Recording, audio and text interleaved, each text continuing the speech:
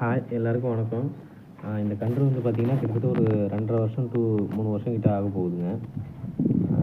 இது நார்மல் கன்றுங்களை விட கொஞ்சம் டிஃப்ரெண்ட்டாக இருக்குங்க. என்ன ரீசன் அப்படின்னா, இதோடைய ஷோல்டரில் வந்து பார்த்திங்கன்னா அந்த தொங்குற மாதிரி ஒரு அமைப்பு தெரியுது பாருங்கள். இது வந்து ஹார்மோன் சேஞ்சால் வர்றது அப்படின்ற சொல்லுவாங்க.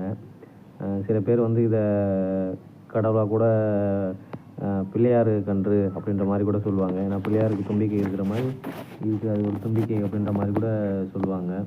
ஆனால் இது ஆக்சுவலாக வந்து பார்த்திங்கன்னா ஹார்மோன் மாற்றத்தால் உருவாகிறது தான். பெரும்பாலும் நாட்டு மாடுகளில் இந்த மாதிரி வர்றதுக்கு வாய்ப்பு இல்லை. இந்த மாதிரி நம்ம கிராஸ் மாடுகளில் தான் அந்த மாதிரி வர்றதுக்கு வாய்ப்பு இருக்குங்க.